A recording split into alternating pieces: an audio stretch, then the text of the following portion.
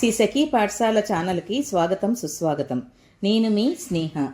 మహాశివరాత్రి సందర్భంగా ఆ శివయ్య ఆరాధనలో మనమందరం తరిద్దాం. శివుడు అభిషేక ప్రియుడు.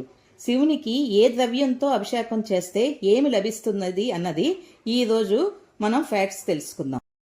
జలంతో చేస్తే మోక్షం, ఆవు పాలతో చేస్తే సర్వ సౌభాగ్యం, ఆవు పెరుగుతో చేస్తే ఆరోగ్య బలం, చెరుకు రసంతో చేస్తే భూలాభం, తేనెతో చేస్తే తేజోభివృద్ధి, నీటిలో కలిపిన విభూతితో చేస్తే మృత్యుంజయత్వం, ద్రాక్షతో చేస్తే ఐశ్వర్య అభివృద్ధి, నెయ్యితో చేస్తే ఇష్టకామ్యాభివృద్ధి, కొబ్బరి బొండముతో చేస్తే సకల సంపదలు, మామిడి పండ్ల రసంతో చేస్తే దీర్ఘ వ్యాధి నాశనం, మారేడు రసం, యాపిల్ పళ్ళ రసం, దానిమ్మ పళ్ళ రసం, కమలా పళ్ళ రసం, సపోటా రసం కూడా దీర్ఘ వ్యాధి నాశనం, ఖర్జూర పండ్ల రసంతో శత్రునాశనం, పసుపు నీళ్లతో సుసంపన్నమైనటువంటి అభివృద్ధి, భార్యకు సౌభాగ్యం, గంధంతో చేస్తే మనశ్శాంతి, పుష్పాలతో చేస్తే మహాచక్రవర్తిత్వం, భూలాభం, బిల్వపత్రాలతో చేస్తే భోగభాగ్యాలు, గరిక జలంతో చేస్తే ద్రవ్యప్రాప్తి, నవరత్న జలంతో చేస్తే ధాన్య గృహ ప్రాప్తి, నేరేడ పండ్ల రసంతో చేస్తే వైరాగ్య ప్రాప్తి, గంగోదకంతో చేస్తే సర్వ సమృద్ధి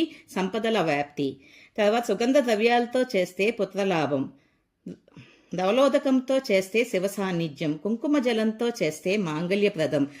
ఇంకా ఇలాంటివి ఎన్నో ఫ్యాక్ట్స్ తెలుసుకోవడానికి please like, share and subscribe to Sri Sakhi Pathshala channel. Thank you friends.